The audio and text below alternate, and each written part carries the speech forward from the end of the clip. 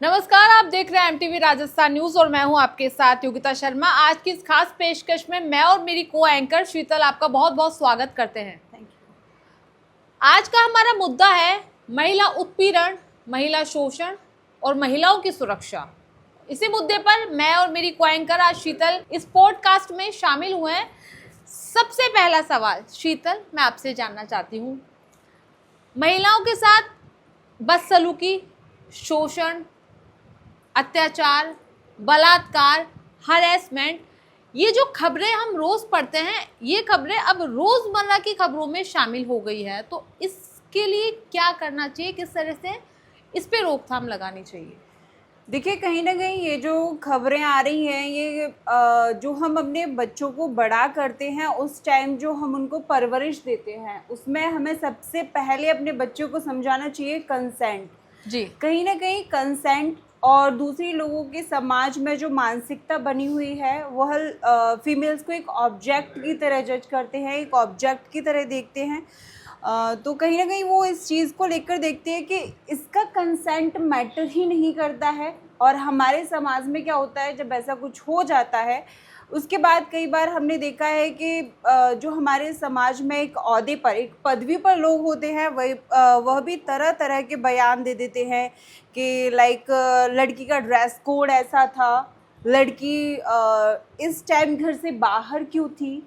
और इस तरीके के लोग बहाने जो बनाते हैं कि कपड़ों को लेकर या समय को लेकर, इन सवालों को पीछे छोड़कर, इन वजहों के पीछे छिपने से अच्छा है कहीं ना कहीं हम अपने समाज में जागरूक बनाएं लोगों को। और अपने बेटों को, स्पेशली लड़कों को जब हम बड़ा कर रहे हैं, तो उनको एक कहें कि जो आपके सामने फीमेल है या जो आपके सामने लड़की है, वह एक ऑब्जेक्ट नहीं है, उससे आपको रेस्पेक्ट चाहिए, तो आप उसको रेस्पेक्ट की नज़र से देखिए।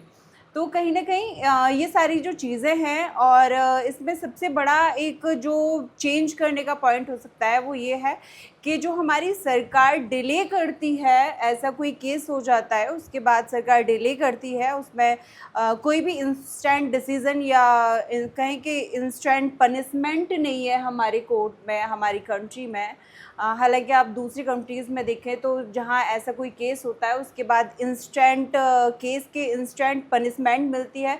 तो वहाँ ऐसे केस की जो तादाद है, वो बहुत कम है, क्योंकि लोगों के मन में डर आता है इस चीज़ को लेकर कि अगर मैंने ये किया तो मेरे देश का जो कानून है, कानून व्यवस्था है, उसके तहत मुझे ये सज़ा मिल जाएगी। या शीतल, फिर आपको इंटरप्ट करना चाहूंगी। आपने कहा कि डर डर वाली चीज आपने यहाँ पर कही है। यहाँ पे देखिए, सरकार है, कानून है, प्रशासन है, लेकिन फिर भी बावजूद इनके इस तरह की खबरें, चूंकि अभी कुछ दिन पहले दिल्ली का हादसा हुआ है और अभी कोयम्बटूर में जो हुआ है, फिर भी लोगों के मन में डर नहीं है। तो किस तरह से प्रशासन को पहल करनी चाहिए कि लोगों के मन में डर पैदा हो? देखिए, अभी जैसा कि आपने मेरे को तमिलनाडु, ये कोयम्बटूर वाला जो इंसिडेंट हुआ है हाल ही में, अगर हम अपना सोशल मीडिया देखेंगे, तो जी, प्रशासन का डर तब बनेगा ना लोगों में, जब वो देखेंगे कि देखिए ऐसा कुछ होता है, ऐसा कोई केस होता है, तो उसके बाद प्रशासन का ये रिएक्शन होता है या इस तरीके से इंस्टेंट सजा लोगों को मिलती है। लेकिन हम अभी क्या देख रहे हैं, अगर हम स्क्रॉल कर रहे हैं या जो वीडियोस आ रही हैं, कि एक ओहदे, अच्छे पद पर बैठे हुए अधिकारी ऐसे सेंसिटिव मैटर को लेकर प्रेस कॉन्फ्रेंस कर रहे हैं, और आप उनका बॉडी लैंग्वेज देखेंगे तो आपको लगेगा कि ये प्रेस कॉन्फ्रेंस ज़रूर बहुत पॉजिटिव चीज़ के लिए हो रहा है, या बहुत ही पॉजिटिव चीज़ के लिए यहाँ वार्ता हो रही है, लेकिन ऐसा नहीं है। वो लोग एक महज 10 साल की बच्ची, जिसके साथ अपहरण हुआ, उसका रेप हुआ और उसके बाद निर्मम हत्या कर दी गई उस बच्ची की, उस बारे में वो प्रेस कॉन्फ्रेंस कर रहे थे कि कहीं ना कहीं 2 अपराधियों को उन्होंने पकड़ा है। और सजा का तो देखिए आपको पता ही है कि हमारी कंट्री में नहीं पता कि कब क्या डिसीजन लिया जाएगा।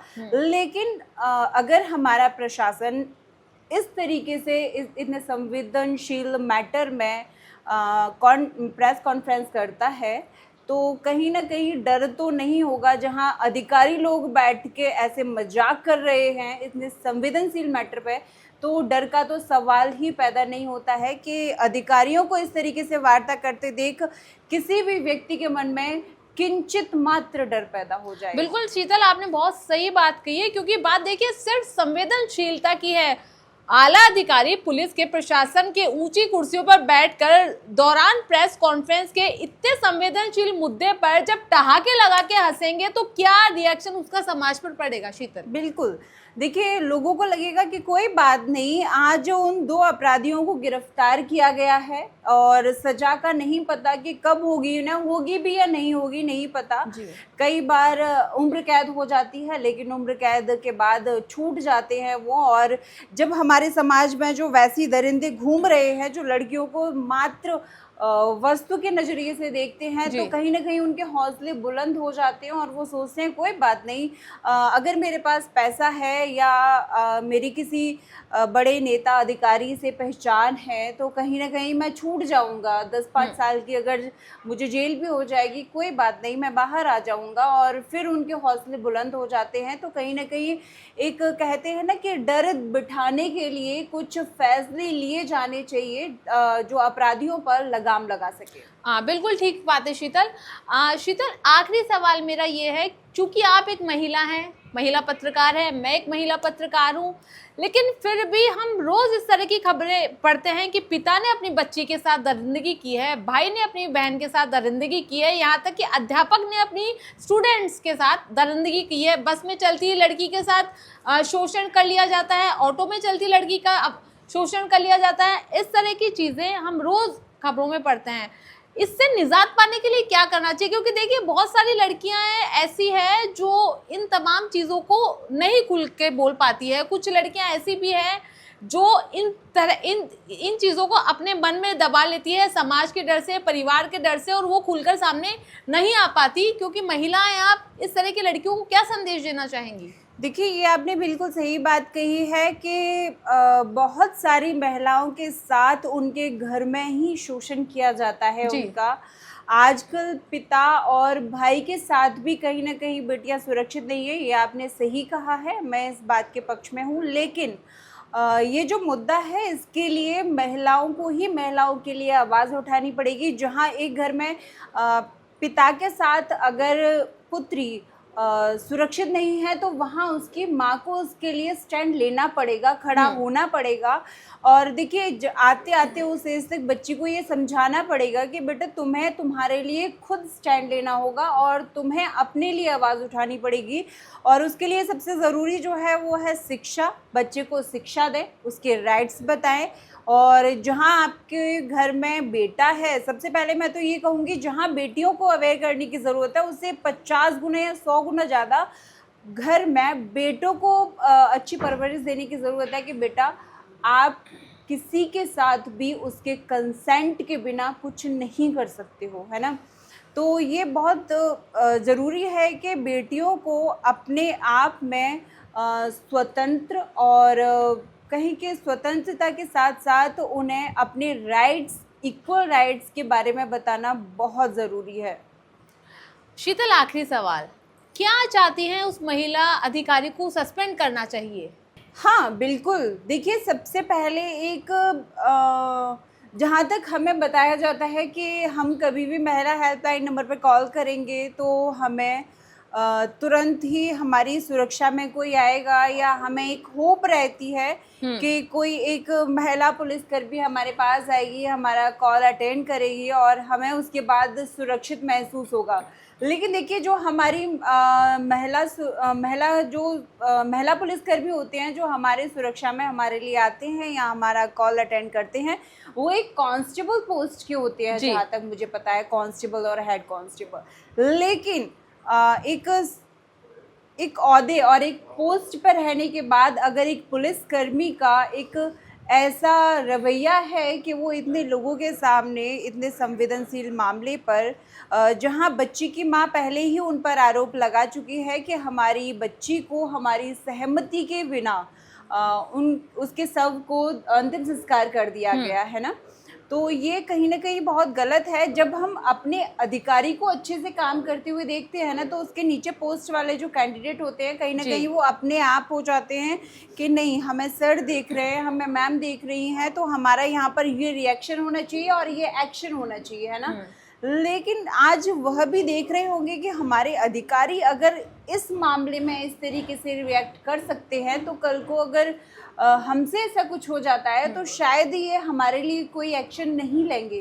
तो कहीं ना कहीं उनके मन में भी यही भावना आएगी कि जब हमारे अधिकारी ऐसे हैं तो ऑब्वियसली हम भी यही कर सकते हैं।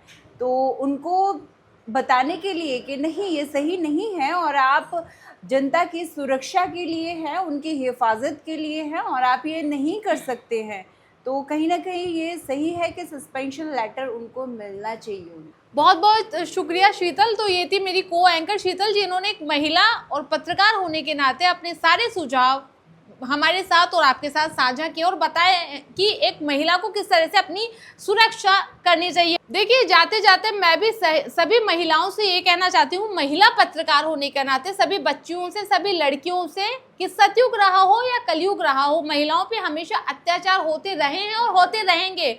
आपको खुद के लिए खुद ही आवाज उठानी पड़ेगी, क्योंकि ये याद रखिएगा कि माँ का रूप दुर्गा का है तो माँ का रूप काली का भी है। फिलहाल इस खास पेशकश में इतना ही। बने रहिए एमटीवी राजस्थान के साथ। नमस्कार। आप देख रहे हैं एमटीवी राजस्थान न्यूज, देश की अपनी आवाज।